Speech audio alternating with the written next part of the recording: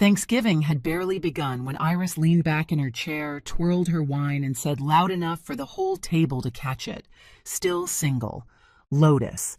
At 34, that's rough. No whisper, no hesitation. A clean, deliberate strike. Mom froze. Dad stared at his plate. No one defended me again.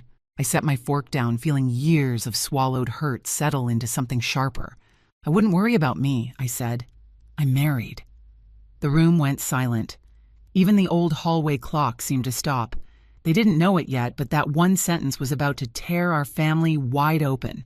I grew up in that house. Same creaking floors, same framed photos lining the hallway, same pine-scented candles. My mother lit every holiday, as if smell alone could convince people we were a picture-perfect family.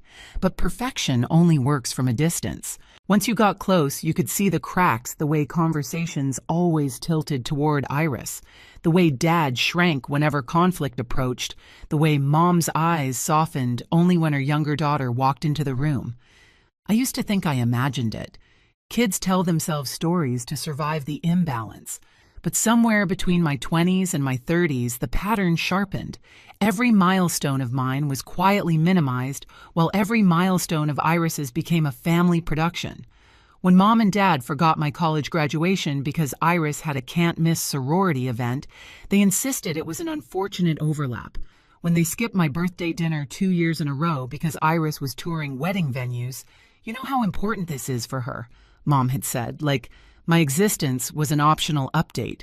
When I moved to Seattle and bought my condo without help, I sent photos. They never asked how it felt to do that alone. The truth was, they didn't ask much about my life at all. And yet every holiday, I still made the drive home. 4 hours each way. I brought pies, flowers, gifts. I tried. Maybe too hard. Evan used to tease me gently about it. You don't have to earn a place that should already be yours. I'd smile like it didn't hurt, like I didn't wonder deep down if maybe I did. Walking into the house that afternoon, I felt the familiar tightening in my chest. The entryway looked the same as always, the heavy mirror Mom adored, the coat rack leaning a little to the left, the faded rug Iris ruined in high school, and somehow never got blamed for. But I wasn't the same. Something in me had shifted long before Thanksgiving, some quiet part that stopped hoping they'd notice I wasn't okay. When I stepped into the kitchen, Mom hugged me with one arm while stirring gravy with the other. "Lotus, sweetheart, you made it," she said, voice light but distracted. No question about my drive, my work, my life. Her next sentence was already about Iris's honeymoon plans. Dad gave me a tired smile over a pot of mashed potatoes. I scanned the room. Iris wasn't there yet, but her presence was. Photos from her wedding, big white dress, expansive venue. Her beaming next to Colin covered the fridge like it was a shrine. My own wedding photo, not a single one, not even a printout. My stomach knotted. 8 months. 8 months since I'd mailed those invitations, tracked them, called, emailed, checked in. 8 months of silence from all of them. Mom finally glanced at me. "You did bring the cranberry sauce, right?" "Of course. That was my role. Show up, contribute, stay quiet." I set the dish down and realized something unsettling. This was the first holiday where I wasn't sure why I'd come, habit maybe, or the tiny hope that this time might be different. But deep down, I already knew the truth. The storm wasn't coming. It was already here. The tension started before dinner even hit the table.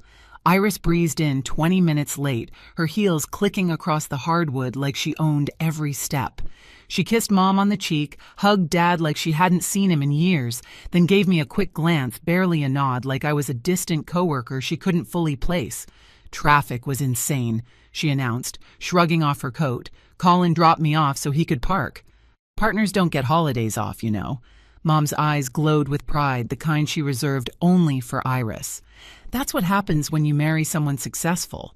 The words weren't aimed directly at me, but they hit just fine. We moved toward the dining room, and I heard Iris whisper something under her breath, soft enough to hide, sharp enough to cut. Mom laughed, quick and brittle. Dad cleared his throat in that familiar way, the one that meant he'd heard something he wouldn't address. By the time we sat down, the hierarchy was already set, Iris front and center me as background noise. It was a role I had played my entire life, spoken over, brushed aside, expected to absorb whatever casual cruelty slipped out under the table. But something was different in me this year. The words didn't sink into the same old place. They hovered unsettled, like they were looking for somewhere new to land.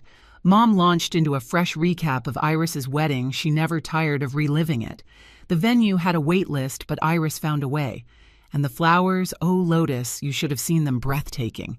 I had seen them twice, online, alone. Then Iris smirked, swirling her wine. Yeah, it was perfect. Everything went exactly the way it should. Honestly, I don't know how we'd top it. A beat.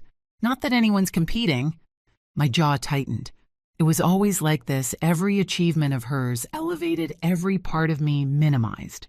Flashbacks hit me in quick cuts, Mom leaving my 8th grade recital early to pick up Iris from practice. Dad missing my scholarship dinner because Iris needed help with a project. Birthdays, graduations, milestones, all swallowed by Iris's orbit. And the worst part, I used to excuse it. I used to believe that maybe they didn't mean it. But tonight, watching Iris's smile sharpen each time our parents laughed, I felt the truth settle. She wasn't careless. She was deliberate. And as she clinked her glass eyes glittering with the comfort of being untouchable, I knew she was heading somewhere. A jab was coming. And this time, I wasn't the same girl who would just swallow it.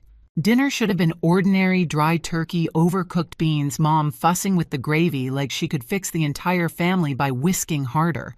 But the air had weight to it, a heaviness that made every clink of silverware sound louder than it should.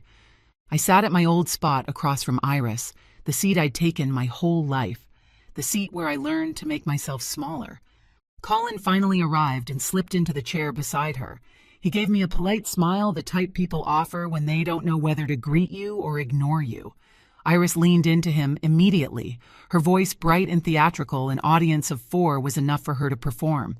As plates were passed around, Mom kept steering the conversation back to Iris, her honeymoon stories, her new place, her holiday travel plans. Dad nodded along, occasionally adding a quiet, like he couldn't risk choosing the wrong moment to speak. Then Iris turned her attention to me. So she said casually, spearing a piece of turkey, Lotus. Her tone stretched. My name sweetened it until it turned sour. At 34, still being single. Is that a choice now? Mom inhaled sharply. Colin put down his fork. Even Dad looked up. I felt the comment hit, but not the way she intended. It struck something solid this time, something long past boiling. I wiped my fingers on the napkin and looked at her fully. That's interesting, I said softly. Why do you assume I'm single? Iris blinked, thrown off for a second. Well, are you not? The room paused, waiting. I heard the clock in the hallway ticking unevenly, like it wasn't sure it wanted to keep going. I set my napkin down. I'm married. Silence. Complete paralyzing silence. Mom's spoon froze midair. Dad's jaw tensed. Colin stared at Iris like waiting for direction. But Iris, she laughed. A quick patronizing sound. Right, married, sure. To who I didn't answer her. I didn't need to. What mattered wasn't her disbelief, it was that I had finally said it out loud, in the one place where they'd never expected me to have anything worth announcing. Mom leaned forward, her voice low. Lotus, darling, if you were married, you would have told us. I did, I replied. No, honey, you didn't. I did, I repeated, calmer this time. 8 months ago. Their faces fell in sequence, confusion. First, then denial, then something sharper, fear. Iris scoffed, masking her tightening shoulders. Come on, we never got anything. Not an invite, not a call, nothing. I held her gaze. You didn't get them because someone made sure you wouldn't. Her smirk twitched. Excuse me? Mom's voice trembled. What are you implying, Lotus? I didn't answer her either.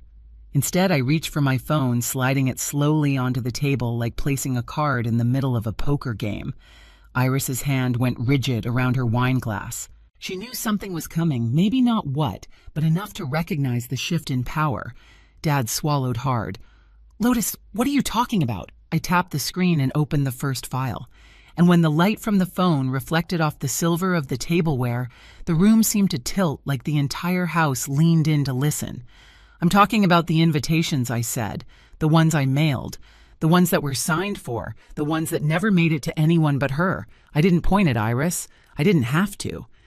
Every eye at the table landed on her automatically. Her lips parted, her shoulders stiffened, her mask perfect for so long finally cracked. And I hadn't even shown them the proof yet. I didn't rush. I let the silence wrap around the table, thick and unmoving, while Iris's fingers tightened around her glass like she could squeeze the truth back into the stem. "This is ridiculous," she muttered. "Nobody got anything from you, Lotus. If you were actually married, which I doubt you would have made sure we knew." I turned the phone so everyone could see the screen. I did make sure. The first record was simple. A tracking history. 5 envelopes, 5 destinations.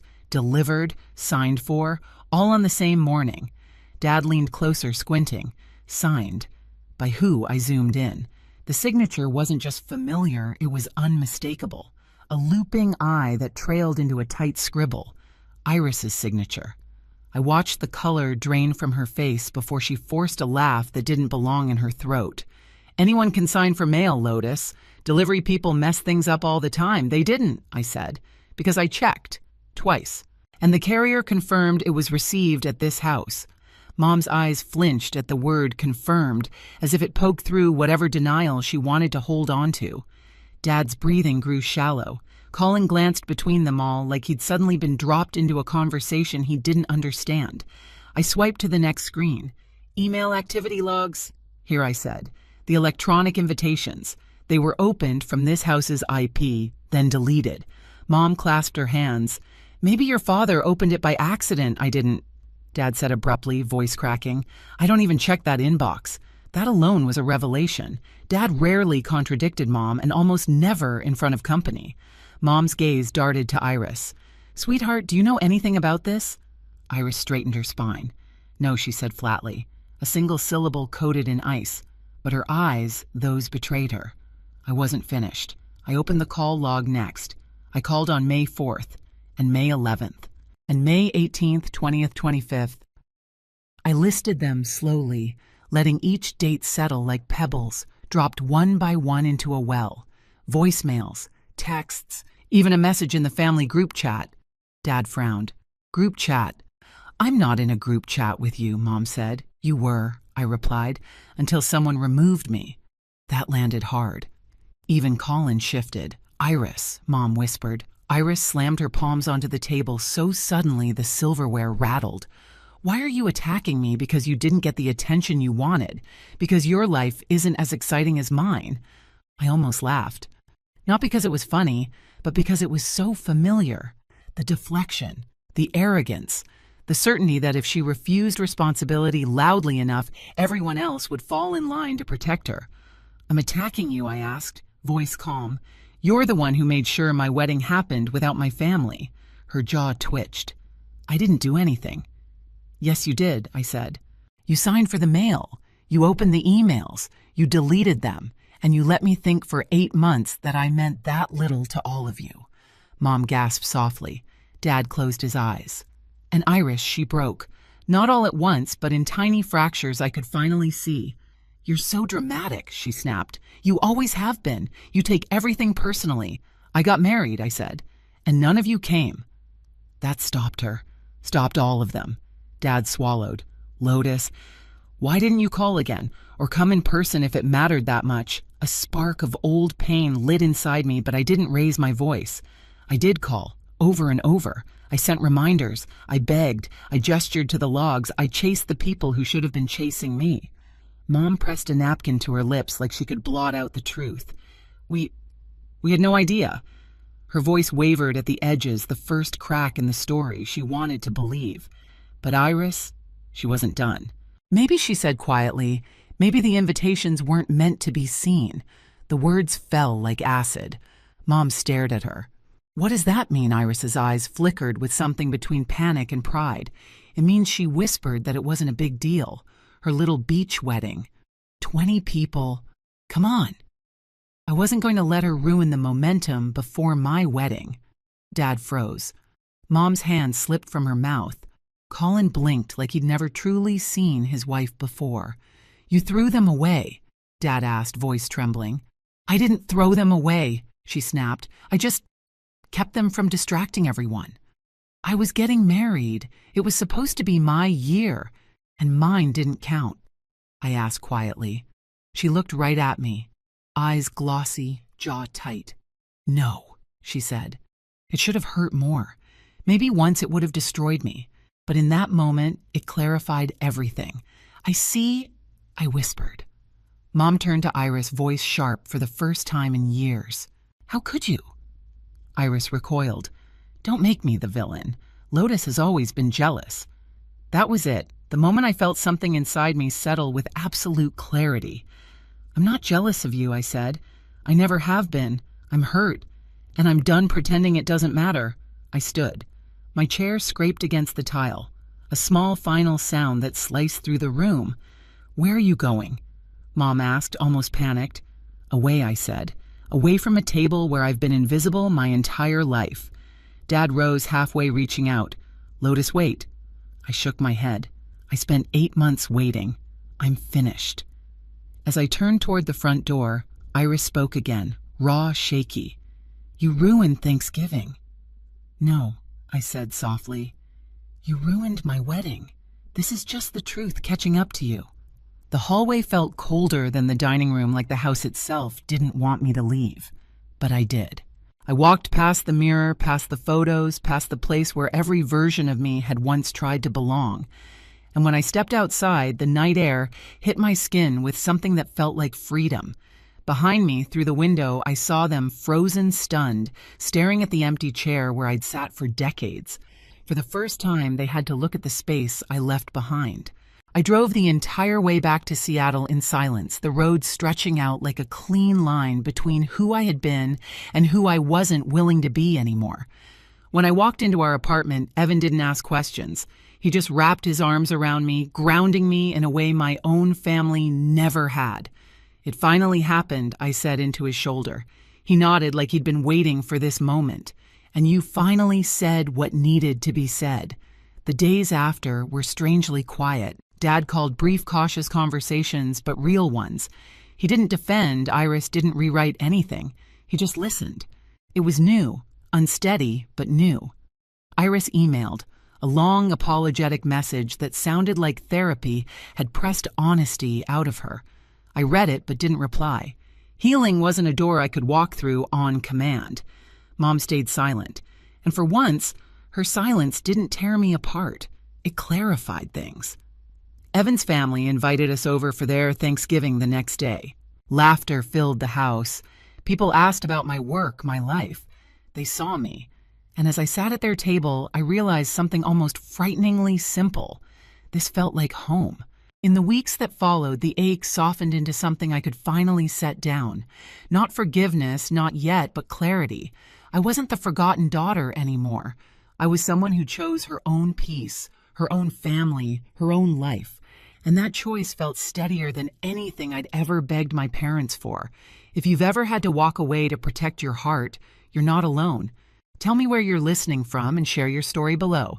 And if this one stayed with you, hit subscribe so you don't miss the next.